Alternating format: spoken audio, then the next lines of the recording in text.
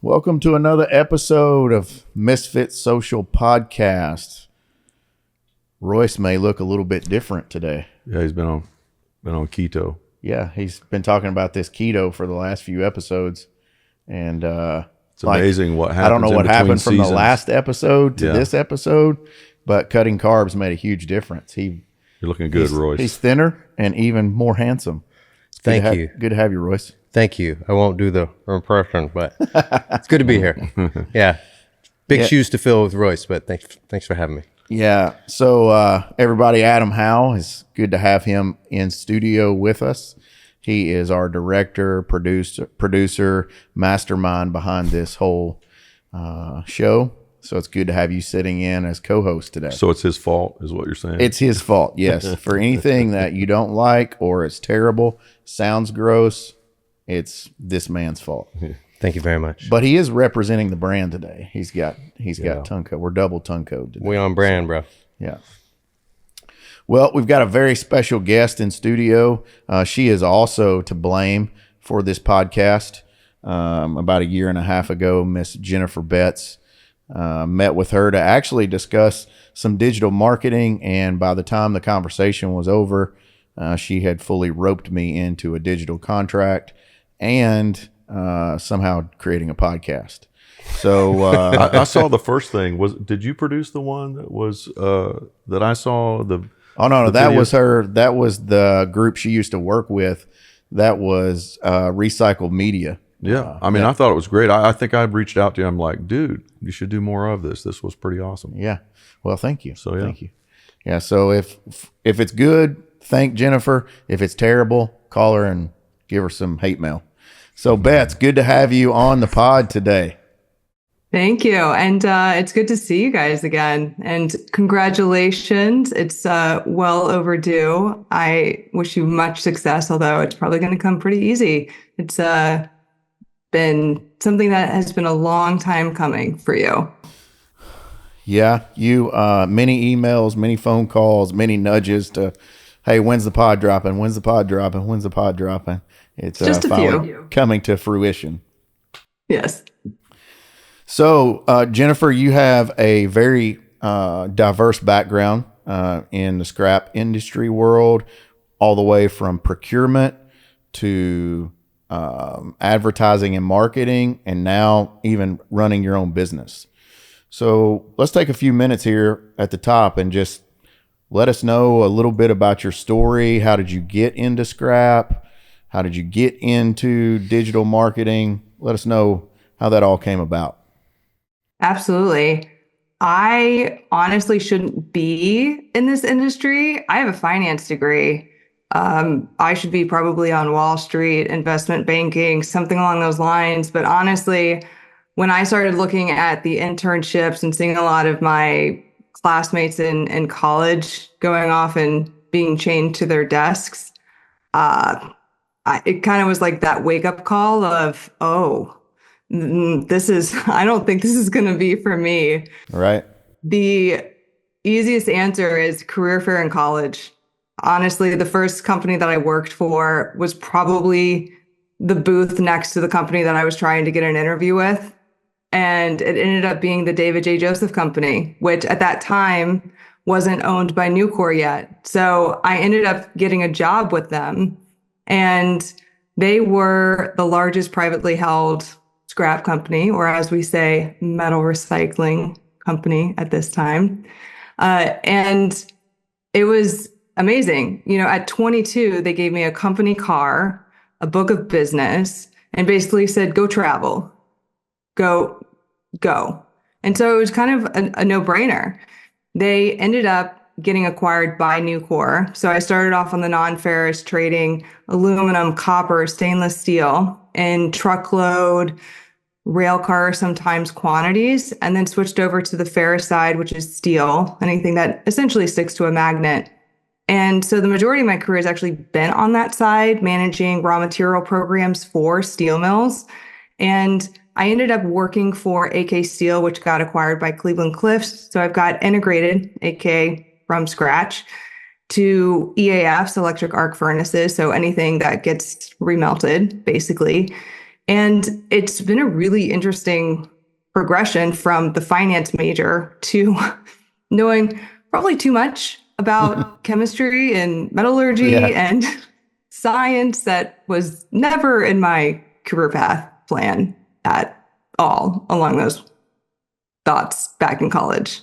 But back in 2016, I actually started Magner Metals, went the entrepreneurial route, helping essentially the scrapyards that I was buying from at all those years at the steel mills, and flip the script, help them renegotiate their contracts with the steel mills, their logistics contracts, etc. Eventually, I actually took a couple positions at Argus Media, which is a price reporting agency, and then also at a metal service center. So I've kind of done like the full supply chain within this industry. And it came about with the digital marketing angle, where basically by that point, being about 2 decades at that point, realizing people don't know our industry, right? Like you've seen it. So I started just posting online, right? Like the interesting stuff that I found out throughout my career, and people gravitated towards it. Yeah. And so once I realized people appreciated it like I did, I was like, all right, it's time to help out other companies, other people. And that's kind of what led me into recycled media, and then ultimately back into getting, Magner Metals up and running again. So when you were at Recycled Media, did you pause Magner Metals, or was that still functioning? That was still functioning. So when I left my last company back in 2023, 2022, around there, I actually started Magner Metals up again. Technically, I never really I idled it. Let's just say that. There were some ongoing contracts that still came in. But full-time, brought it back up online. Then it wasn't until midway through 2023 that I got introduced to my business partner at Recycled Media, Brett Eckert. And so that was one of the projects that I wanted to work on. And so we decided to launch Recycled Media. It was one of my business ventures, still kept Magner Metals going at the same time, because our industry needs a little pushing on the digital marketing front, a little bit on the PR front. Yeah, a little bit behind the times. Yeah, just a little bit. So, it's been a pretty interesting career, going from finance to essentially metallurgy and trading commodities, to now roping in all of that and some digital marketing along the lines. So when you talk about ferrous and non-ferrous, that's probably our love language a little bit, but not everybody fully understands what that means. Some people may know what magnetic and non-magnetic means, but just kind of double click on that, unpack that a little bit to what that language really means. Absolutely. If I was Bill Nye the Science Guy, this is where the part of the show would drop the periodic table and we start looking at all of the elements. So ferrous is Fe. It's essentially the adjective. If you could translate it from Latin, it would essentially say irony. So Fe is the element for iron. So it's anything that's iron-ish in layman's terms. And the metallurgists that are listening to this, please don't come for me. I know I'm glossing over a lot of technicalities here. Okay. But basically, you're giving the Cliff notes that has iron in it. Okay. I know, Cliff, you're laughing at this because I'm very much oversimplifying this, but anything that sticks to a magnet that has iron in it, that's the Fe, the ferrous side of things. So think about the side panel of your car. Think about maybe the tin can. Think about those types of things. Those are the steel bridge for instance, that you drive over. The non-ferrous, we're very creative. Anything that's not iron on that side of things. So aluminum, like your, soda or pop can, right? Copper, your tungsten, your, technically something else, but non-ferrous, like anything that's not iron, essentially. So that's the layman's version of the ferrous, not ferrous. Yeah, so it's kind of interesting how we just have those two simple categories, and essentially non-ferrous is everything that's not steel. Yeah. It's and that pulls in just a plethora of alloys, but ferrous, when we talk about that, it's stuff that is, I like the way you said that. It's irony. It may not be straight iron. Like a tin can is not really straight iron, but it's irony. So whatever elemental knowledge is on metallurgy, yep, I'm somewhere below that. Yeah. So why is it that a magnet will stick to iron and not other things? So, okay, this is just me. I probably should have learned this in high school. I don't know. Every time I travel, I always get a magnet. So yes, explain the science to me. Why am I attracted to that? Oh, I didn't mean to do that. Oh, magnetism. I did not mean to do magnetism. that. I see what you did there. Oh. Yes. That would be a great shirt, though. Like, Iron E. blow your guys' minds on this. Pure nickel will stick to a magnet.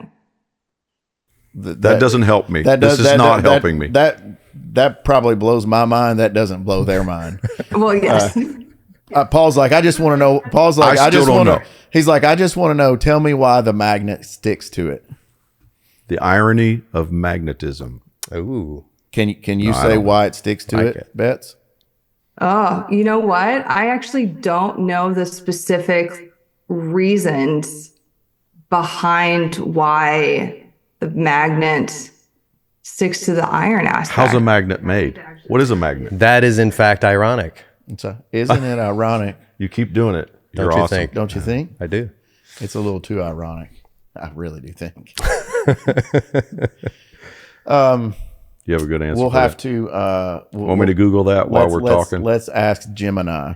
I actually can't answer that question, and one of the reasons why I can't answer it, it's because you work in the finance department. No, it's because look, Bets is ahead of you. She's Googling. doing it right now. I'm Googling right now. That's why she's so good. Look at her. Yeah. She's like, while you talk, I will find out this answer. I'm just glad that in my base knowledge of metallurgy that I was able to stump you 5 minutes in. Well, I'm going to tell you, your base was higher than mine. I knew nothing. I'm just saying, why do I like to buy magnets when I travel? Like she's reading it and she was like, "What the hell? No way." Yeah, I'm gonna have to talk to a metallurgist on this, because why would the iron's magnetic field, based on its electrons, be attracted, but not maybe the element next to it? So it has to do with the positive and negative neutrons, right? Yeah, exactly. If they're opposites, they're pulling. If they're the same, they're pushing. And so, like on the ferrous and non-ferrous. On the non-ferrous, you can push because do they do the pushing with eddy currents?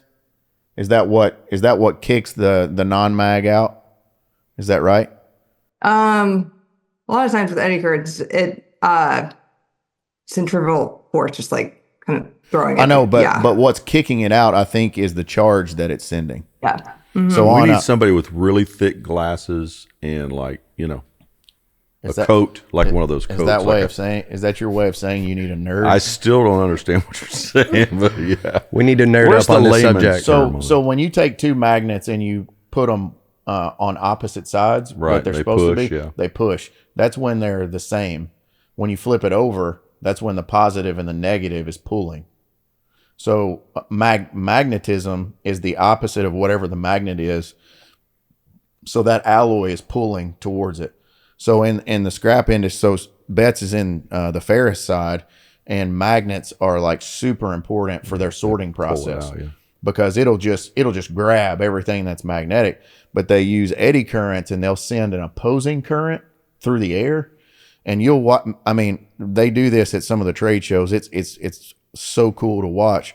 You'll watch a belt line of material come down through there. I went to that one show. Oh, yes, that's right. Yeah, and you saw it. You saw it Mm-hmm. kicking out. All right, so that's the eddy current that's pushing that, and so it's allowing, because when they're doing that, they may be separating stuff that's like trash, stuff that doesn't have metal at all. It could just be wood, rubber, different things, and that's coming off. So it's pushing off the non-ferrous, non-mag, but still valuable. So the one what for the ferrous, they're going to pull that with magnetism, with eddy current, they're going to push it out, and then stuff that is not metal at all is just going to roll off the So belt in line. finance, like in the non-ferrous and the ferrous side, would you say, the reason they separate those two is not just magnetism, but what about economics? Is the ferrous side like more of the economic engine around metal than the non-ferrous side, or are they equal economically? So or? I'll answer one part of that, and then I'm gonna defer to Betts. But I'm sorry, I got weird questions. So a big part of that is that in metallurgy, you're just think about baking a cake. When you're making that cake, it requires a certain kind of recipe. So much flour, so much sugar, so much this. Ferrous materials are easier. No, all alloys, when they are smelting, Yeah. it's like baking a cake. Okay. So if they're making tin, or if they're making a certain kind of Fe or a certain kind of stainless, it requires a recipe. So the sortation process is twofold. It's value, which I want Betts to cover, but the other side is chemistry. So even outside of the value, it still has to be done with chemistry. But I'll defer to Betts on the value of the different alloys. This is why the average person doesn't know anything about metallurgy. And this is 'Cause why we we are- have the expert. We're down in the weeds. Yeah. Well, we are working on that. There are some individuals in our industry that are gravitating towards the next generation.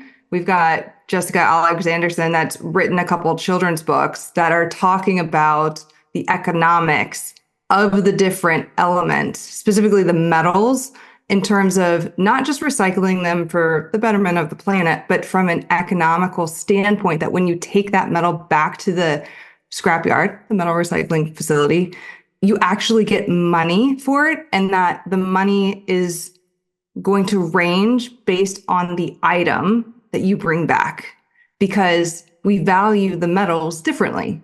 For instance, iron, steel is going to be on the lower end of the value, just because from an economics and supply and demand, it's one of the most, if not largest, recycled metal in the world. So we have a lot of it. We also need a lot of it as well, but there's a lot of it out there. So it's going to be kind of like on the lower price end.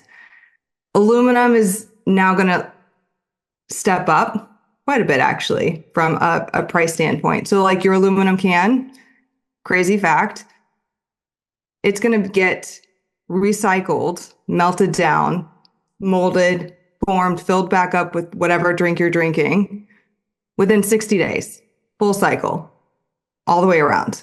And it is never going to lose like its properties in that whole process. Yeah, it doesn't deteriorate at all. It's really difficult and energy intensive to pull it out of the ground. Like you got to get bauxite, and then you got to, refine it into alumina, and then into, alumina, smelt it.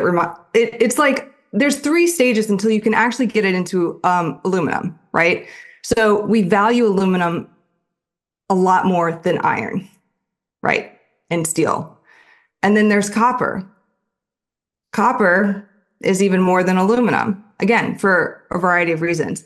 All of these elements are actually traded like stocks on multiple exchanges that are around the world. So you can actually trade these stocks, these elements, like stocks.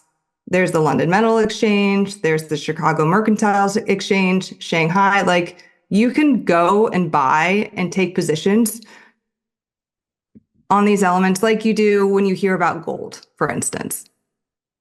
Yeah, so you can short You can buy futures, all of that. And now, not on all metals, but on your classics, well, what I would call classics, iron, nickel, copper, things of that nature. Our buddy at Born Scrappy on the podcast, Stu, he had, I forget the lady's name. You may know exactly who she is. She's was a Spanish soccer player, and she's big into aluminum. Do you remember her name? Oh yes, Beatrice. Beatrice, yep, from yeah, Novellis. Yeah. So she on that podcast, she was talking about the urban mining concept, how there's so many landfills from back in the 50s, 60s, and 70s where we had iron, aluminum, copper was all highly used in, but recycling wasn't cool. But there's all of these elements in the ground. And it would not be like all that labor intensive to just go open those landfills back up, set up a portable sorting station, and you'd be getting... Yeah, because really, I mean, the only thing I've seen built on top of a landfill is a golf course. Have you ever seen that? Yeah, I mean, there's nothing else real. Nothing. I mean, you're not going to put anything of any substance back over it. And like she also said in that podcast, I was looking at the back of my bottle here. Like in Oregon, you can, for every item, and that's what Betts was getting to, regardless of the weight, if you bring this in, you can get 10 cents for this. So her thought process was, could we get some of these high demand products that we need, get a certain value based on the item, to where even somebody who's homeless, think about it, how many of these would they have to get to make about $50 a day? Could they go around and collect these through trash cans and different things where, that essentially you're turning somebody who is homeless into an entrepreneur. And I was like, that's like really awesome. So if you think about Dr. Jackie and the deal in Austin, where they're trying to get people back on their feet, get them viable. Like, what if you had a scrap program that you took to these homeless communities and was like, hey, help us do this? I mean, you would essentially be turning them into self-sustaining entrepreneurs just by, and it would be contributing to the health of the economy and the environment as well. But back to your whole digging up the landfill, that sounds pretty interesting. Yeah. Aluminum doesn't degrade over time, but what about, as far as I know, but what about all those other metals? I mean, they're just rusting into dust, right? Yeah, 50 years later, what do they look like if they're extracted? What can we do with that? It's Betts may know the numbers on that better than I would know, but we're still recovering spearheads from the Iron Age. And it's still iron, and that's been a minute. True, yeah. It will happen, but it takes a long time. Yeah. And Betts, when iron is in the ground, even in a finish, like let's just say a spearhead, it's probably getting less oxidized by. I would assume the soil is protecting or slowing the oxidation rate as opposed to just sitting outside exposed to oxygen and rain and the elements. Is that a fair assumption or not? Yes, and we do also need to distinguish between cast iron and steel, as well as what you're looking at from a surface area perspective. So there is, from a visual standpoint, you're going to look at it and say it's rusted, and it might just be visually it's corroded over, but really it's just like a small percentage of what needs to be essentially, kind of, I'll say, taken off, and it'll structurally still be fine. So the property is what, maybe 1%? Yeah, if that. Yeah, if that. That's why you can take a rusted. Even if you take a new piece of steel plate, they leave that out in the elements, and it's rusted. But they have technology now. I don't know if you've seen this laser technology, but it'll shoot a beam like as tall as that door, and they can run it across that steel plate, and it'll remove all the rust oxidation off the outside, and you're good to go. Yeah. Now in Jennifer's world, in the ferrous side, most of what they do metallurgy is smelting or melting. Or she said the EAF, the electric arc furnace. If you've watched any of the Carnegie videos from his steel mills, I mean, it's not that different today, right? From all the way back then, in terms of you've got these big, huge pots that you're putting the steel in, getting the reaction going, and they're liquefying metal. In my world of tungsten, because tungsten's melting point is so high, what we actually do is we get the product hot enough to where it will oxidize. It's not melting. You're trying to get every tungsten molecule to oxidize and bloat. And then what we do then is it goes from that phase into a chemical phase, and it becomes liquid form. And then they will, at that point, raise the pH to a certain level. And no matter what other alloy is in there, whether it's nickel, cobalt, chrome, anything else, they will get it at a certain pH level where they just drop the tungsten by itself out. And just like she was saying about the aluminum cans, there's no degradation in this aluminum when they go back to make a can. What'd you say? It was 60 days? 60 days. Mm-hmm. Yeah. So there's no degradation. So same thing in tungsten. Once you drop those tungsten molecules out and you start back, it might as well, it's as good as the day you got it out of the ground. what's the grinding stuff then? I mean, you have all of those, whatever.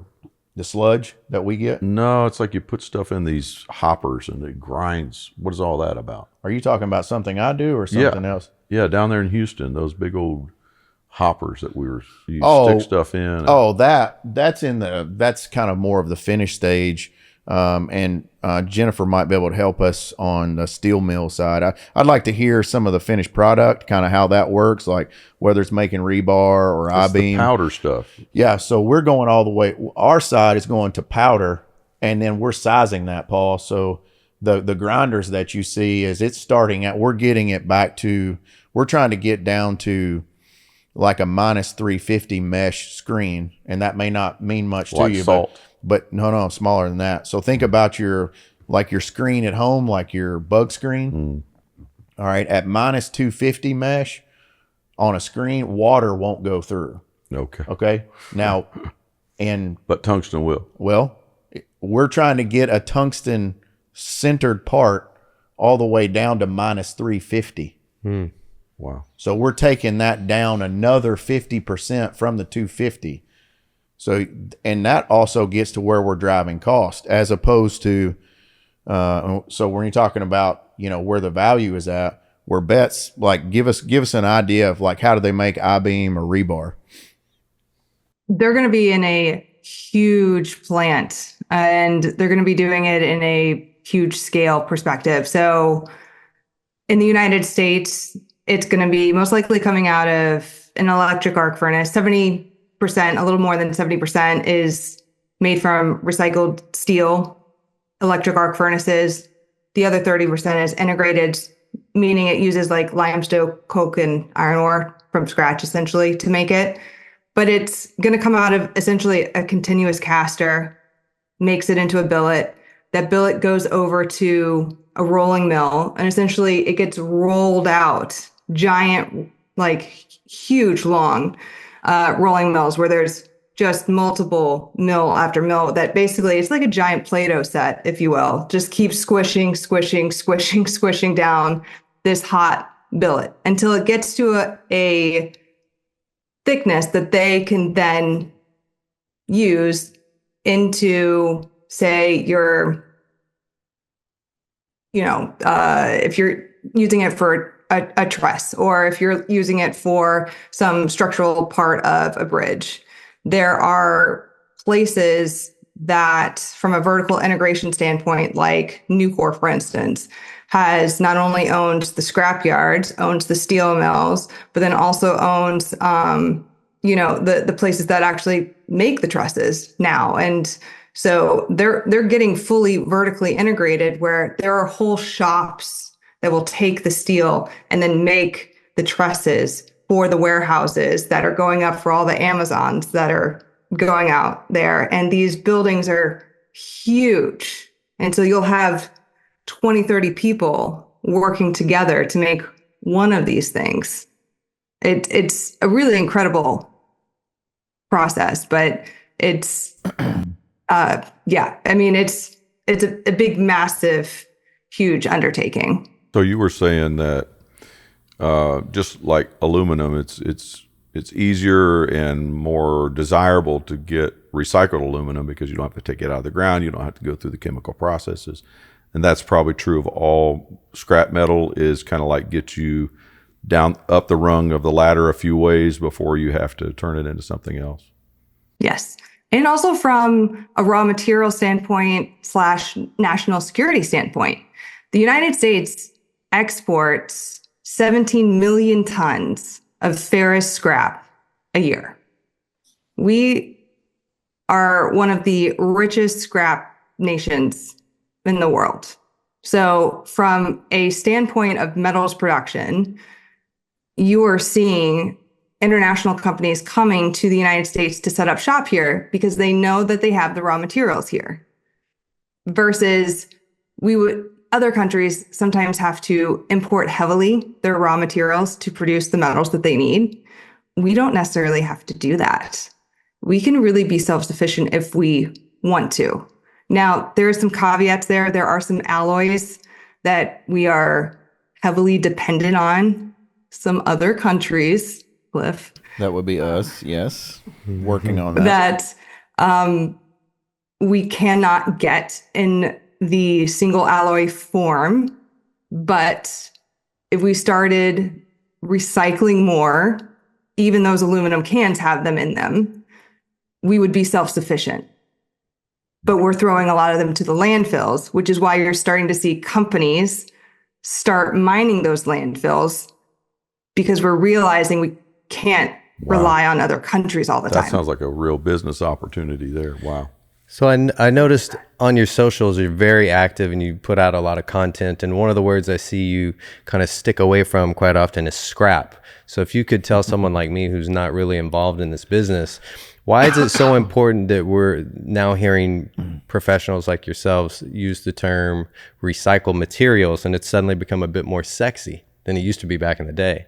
So is that going in a direction that you're happy to see? And I know that you're a big advocate for moving forward with that. Can you kind of shed some light on that for us? Essentially, scrap is always going to be around inside the industry. Recycled materials is something that has to happen outside the industry. And that's because of the connotations that get associated with scrap versus recycled materials. If you go to any sort of study, you pull on any sort of public masses and you sit them down in a room and you run a study of what their perceptions are, and you put the word scrap in front of them and you put recycled materials in front of them, you're going to get negative connotations around the word scrap from a public perception versus recycled materials. And it's not just from the public, it's from legislators, it's from community leaders, it's from the mom down the street who might have, you know, the appliances that need to be recycled, to the individual that has, you know, control over their business that might have a disagreement with the metal recycling facility that's next door. It just starts this whole steamrolling effect that if you continue to use the word scrap, you're going to be constantly fighting an uphill battle that from a PR standpoint is not benefiting you. So internally within our industry, of course, we're all going to be scrappy still. Like, it just is what it is. Like, we are born scrappy. Right? Exactly. Like, we use in everyday terms, like, you know, they were scrappy. Like, it just is what it is, right? Because that's who we are. But the data shows that the connotations around the word scrap from a PR perspective are not good for us long term. So the shifting to recycled materials is helping us as an industry achieve the goals that we need to. You were hinting a minute ago. I'm sorry. No, go ahead. About the competition for different countries and metal. I was the New York Times had an article out just recently about the purchase of U.S. steel in Pennsylvania got blocked by Biden. It was like a $14 billion deal. Well, you see stuff now, $100 billion. There's a lot of deals that go down like that, cross nations and foreign investors, and so that number seems inordinately low, actually, compared to a lot of things that happen in the United States with trades and stuff. But anyway, but then I read down in the article, and essentially it came down to steel workers unions and the political nature of Pennsylvania, and that this was kind of a stake in their heart for their vote. So it was blocked. At least it was the last I heard. And the group that was trying to buy it was actually Japanese, not Chinese, but they had a Chinese partner. They even jettisoned the Chinese partner to kind of make it look a little better, and they still couldn't get it through. But interesting. I don't know. It reminded me of this conversation anyway. I'm sure Betts has an opinion on that. What do you say? Giant eye roll, personally. I mean, you mean because of the politics, or? Oh, politics for sure. Honestly, on both sides, this was something. This topic has shocked me in a way that I did not see the U.S. steel market uniting both sides of the aisle. Like, that topic did not. It was not on my 2023, 2024 bingo board for that was going to be what united Congress at all.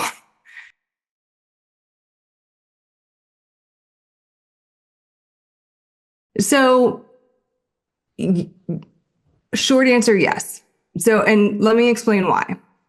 So, and it's for a variety of reasons. So, the first one being, if the United States Steel Corporation was any other name, yeah, do you think we would be having this conversation? Exactly.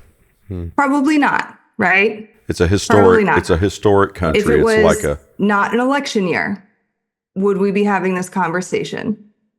Probably not.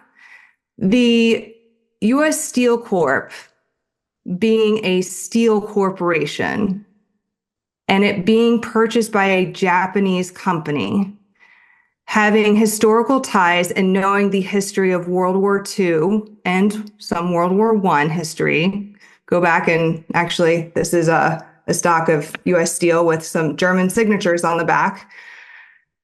There are some folks that are still alive that are not comfortable with that type of ownership. So I understand why folks are not comfortable with a Japanese company owning a steel company of that size within the United States. Now, let's address the national security concerns. Once we remove all the political and emotional concerns. The U.S. Steel Company is the third largest steel company in the United States. Nucor is by far and away the largest steel company. It's 25% of the market, 25% of the market. And they only run electric arc furnaces. And we export 17 million, which is all tons of scrap, which is almost as much as what they melt in a given year. Dang. So if we're talking about a national security risk, as in we won't be able to make the steel, to make the tanks, to make the other things, is Japanese ownership truly at the heart of what we're talking about here? Versus we haven't taken a look at some of the countries that we are truly dependent upon for the rare earths and other alloys that we need to make the actual defense steel alloys that go into those products, which, by the way, are in those aluminum cans next to you. So U.S. Steel is over 100 plus years old. Their assets are rusting away, pun intended. There are a lot of their assets that need capital improvements ASAP. This company was going to come in, Nippon Steel. They had already promised, I believe, $1 to $2 billion in immediate capital improvements over the $14.9 billion investment, right? They were going to keep the plants open for now, right? Improve the capital into the plants, upgrade. Otherwise, U.S. Steel is going to shut down plants. Yeah. Versus the next best option. Oh, did you want to go on? No, I want to jump in and interrupt you just for a second. Go for it. So, in that investment strategy that they were going to do, do you feel like, I mean, was it a Biden decision? Was it Congress, or was it Lena Khan? What really killed the deal? So, and first of all, both presidential candidates said no, they'd kill it. So again, bipartisan, did not see that, shockingly. Okay, all right. Coming down the pipeline. Love my metal jokes. So the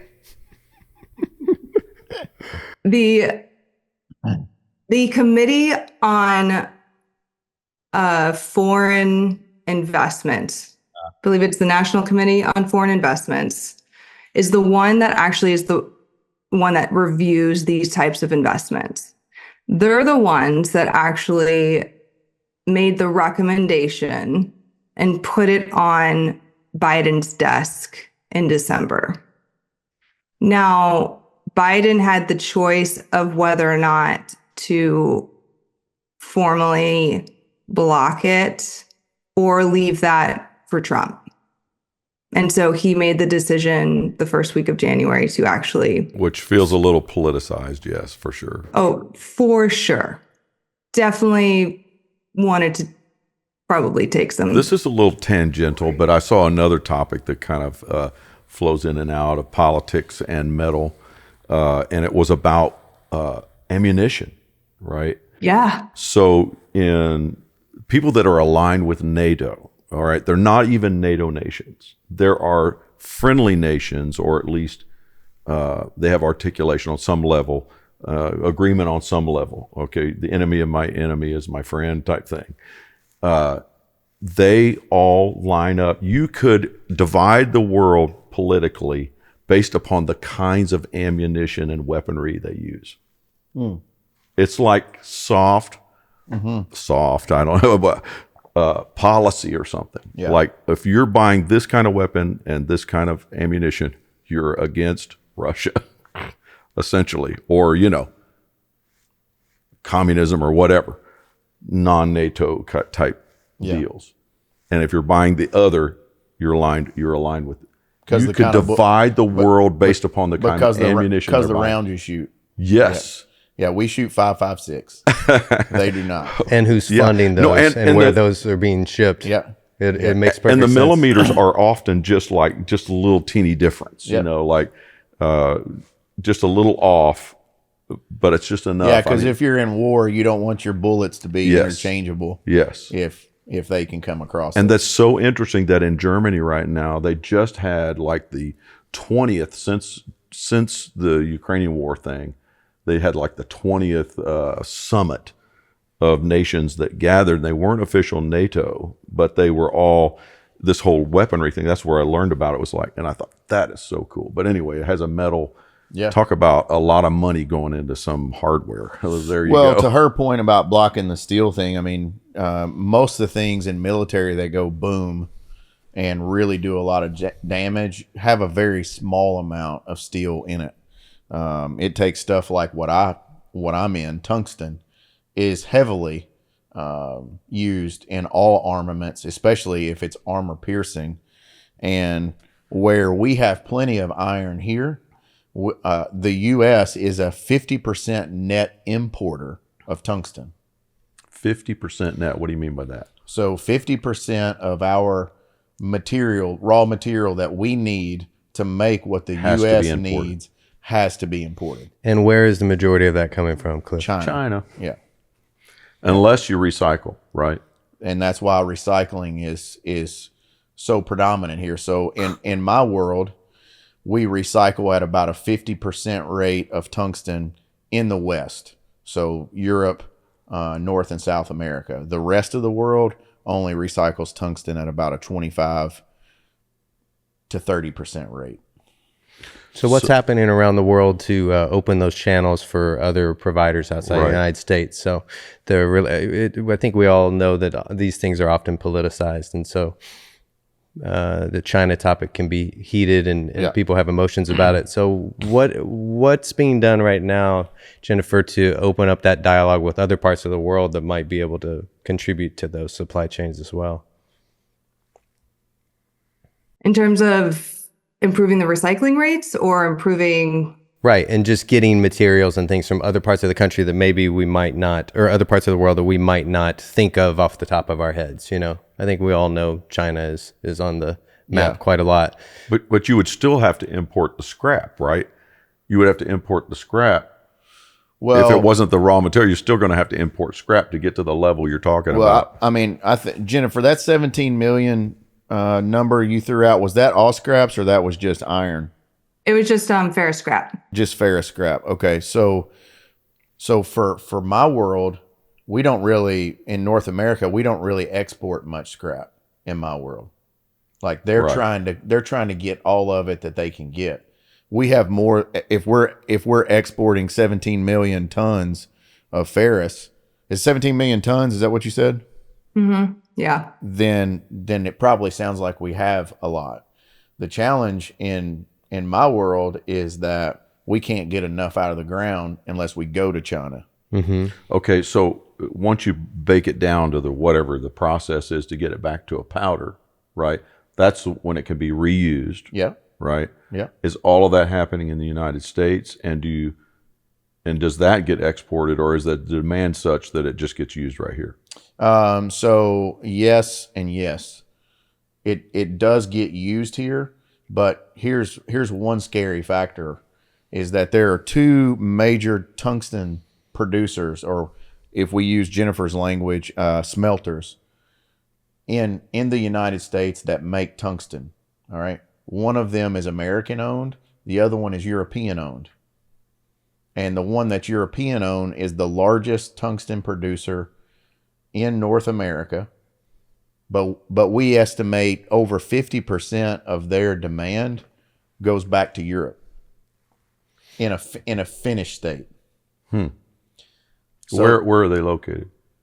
Don't make me say that.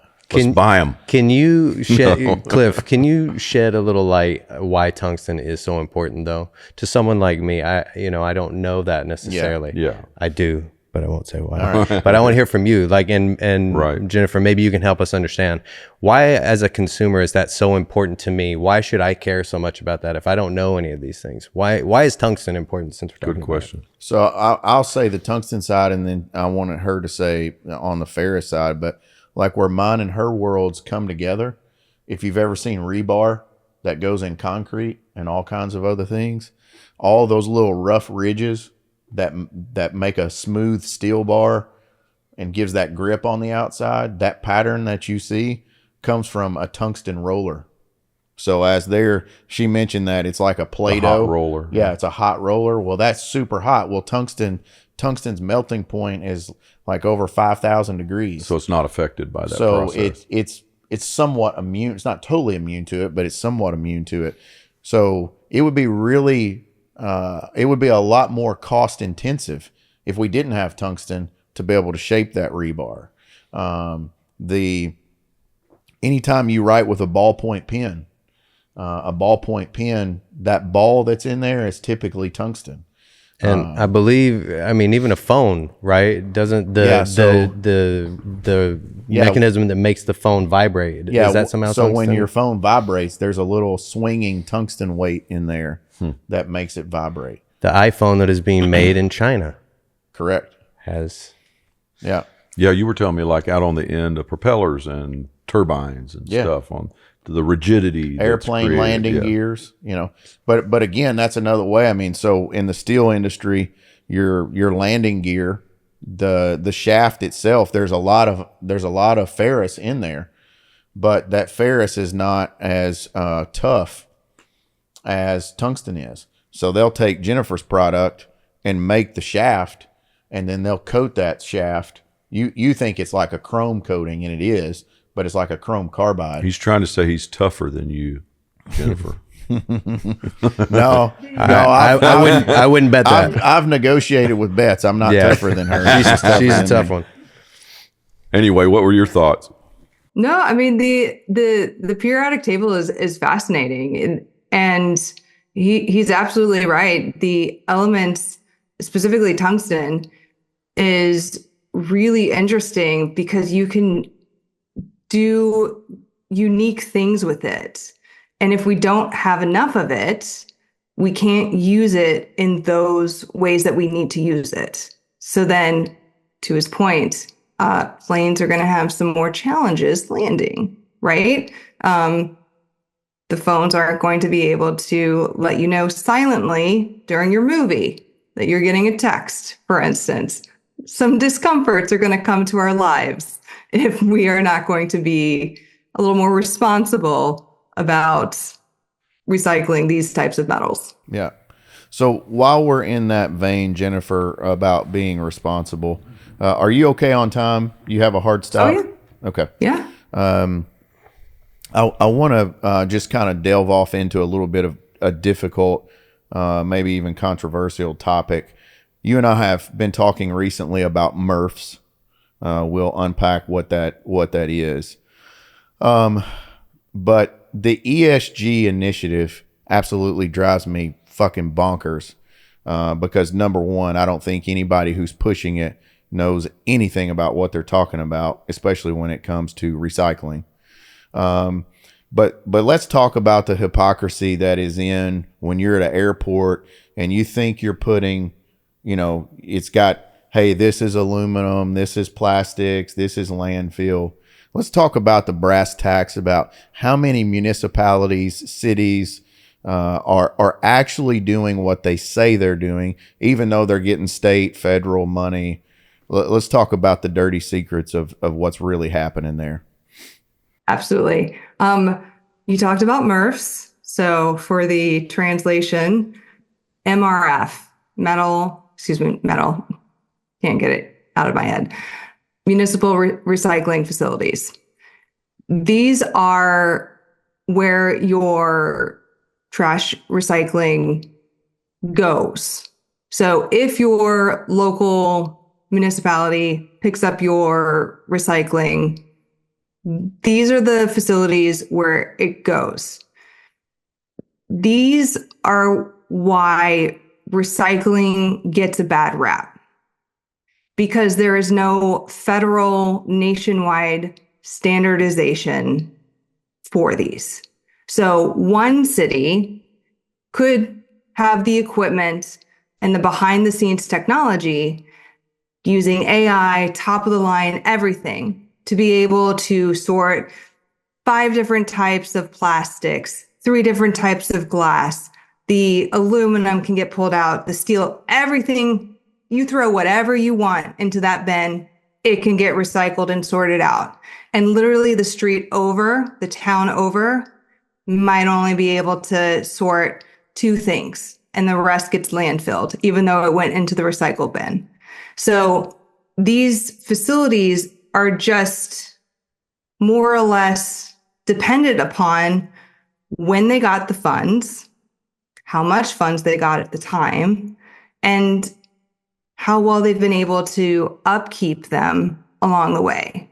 And so that's where a lot of the confusion has gotten out over, can you or can you not? recycle this or can you not recycle that? And so a lot of times the consumer, you feel like you're doing a good thing because you throw your bottle into the recycle bin.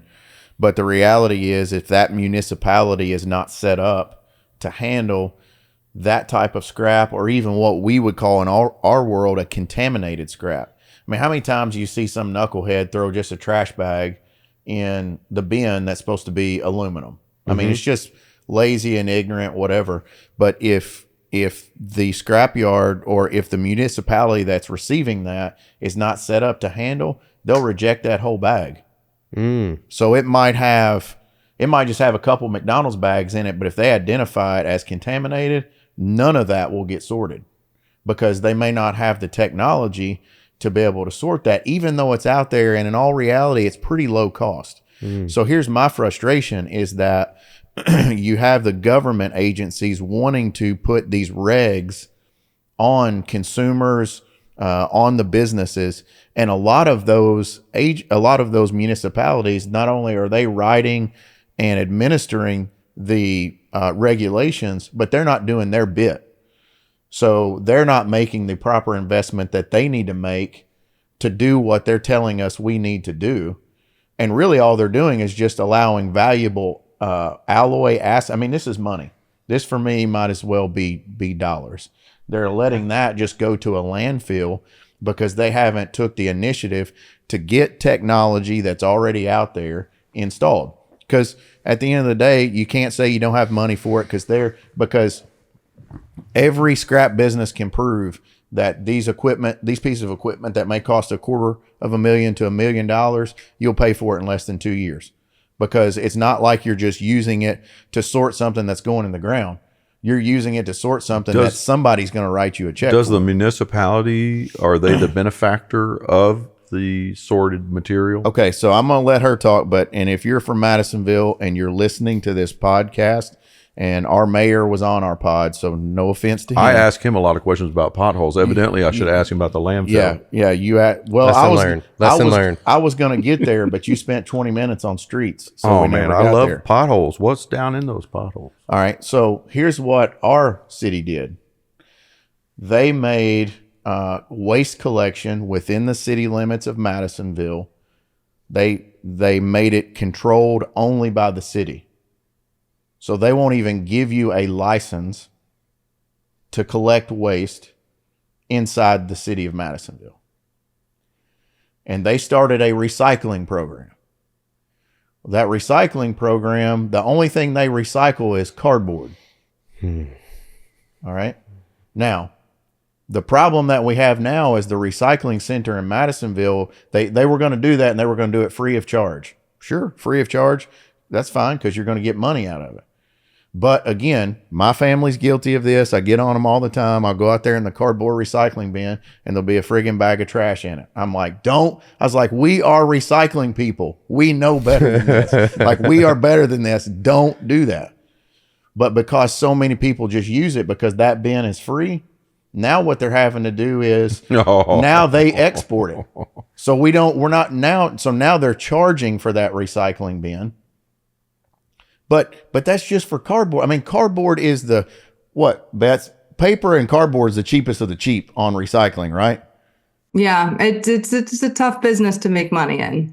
Yeah. So, I mean, Should have done it for cans. yeah, I mean, why not do it for, why not do it for that? And you can go to our waste center. I just did. My son hauled a load of trash off from his house, and dude, they had a pile of trash that was 15 feet in the air and 50 feet across.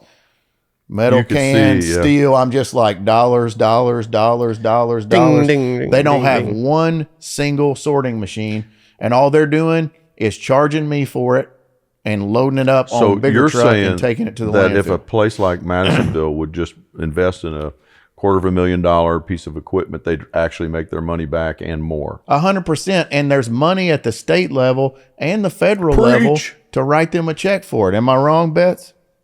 There are grants out there. Yep. Wow. There's money out there. So it's a lack of education, honestly, like across the board. And a lot of it has to do with a really great job has been done by the plastics industry, to be honest. They've marketed it really well that plastics can be recycled. The metals industry, for the longest time, for a variety of reasons, has wanted to be under the radar and hasn't wanted to make it aware that metal has value.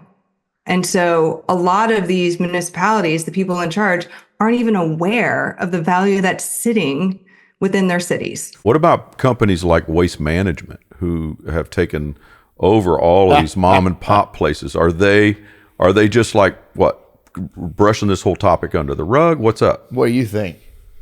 I think that's too big of a deal for them. It's like it's untangling. They don't giant sponsor, hairball. They don't sponsor a NASCAR team because they're not making money.